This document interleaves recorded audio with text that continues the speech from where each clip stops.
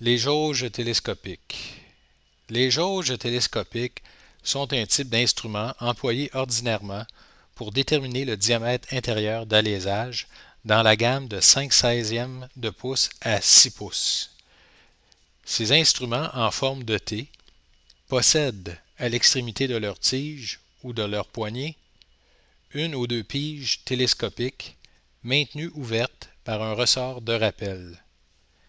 Chaque jauge télescopique d'un jeu peut couvrir une étendue de mesure bien précise. Ici, nous avons un jeu de jauges télescopiques qui comprend 5 jauges. La plus petite mesure des trous de 1,5 pouce à 3/4 de pouce. La seconde mesure des trous de 3/4 à 1 pouce et quart. La troisième mesure des trous de 1 pouce et quart à 2 pouces et 1/8. La quatrième mesure des trous de 2 pouces et 1/8 à 3 pouces et demi. Et la dernière mesure des trous de 3 pouces et demi à 6 pouces.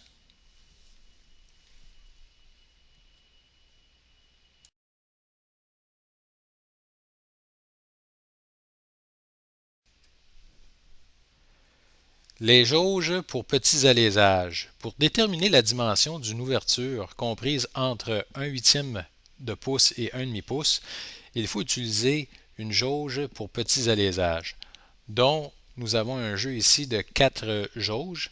La plus petite, c'est pour mesurer des trous de 125 millième à 200 millième.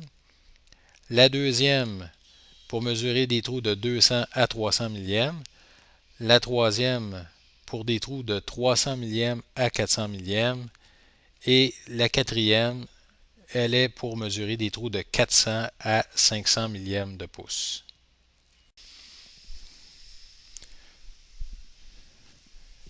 Regardons les différentes parties d'une jauge télescopique. Premièrement, il y a les tiges télescopiques, la partie principale qui s'appelle la poignée ou la tige, et au bout de la poignée, il y a la vis de serrage molletée. La vis de serrage molletée sert à garder en position les deux tiges télescopiques qui, elles, sont toujours en pression grâce à un ressort qui est à l'intérieur de la partie du tube au bout de la tige.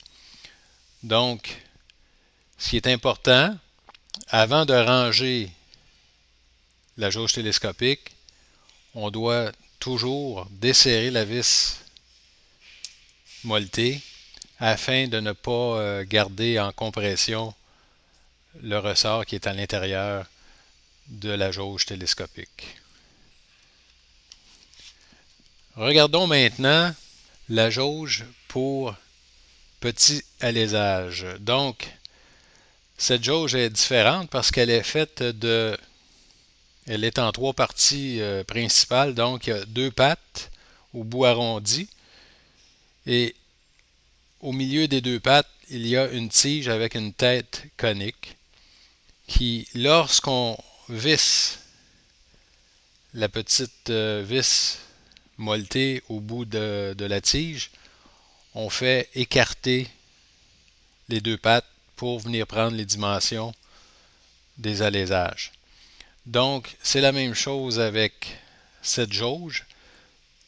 Lorsqu'on la range dans son étui, on doit s'assurer de ne pas garder une pression inutile sur les pattes pour prendre les dimensions. Donc, ce qu'on fait, c'est qu'on desserre tout simplement jusqu'à ce qu'il n'y ait plus de pression sur les pattes et on range notre jauge dans son étui de cette façon. Voilà.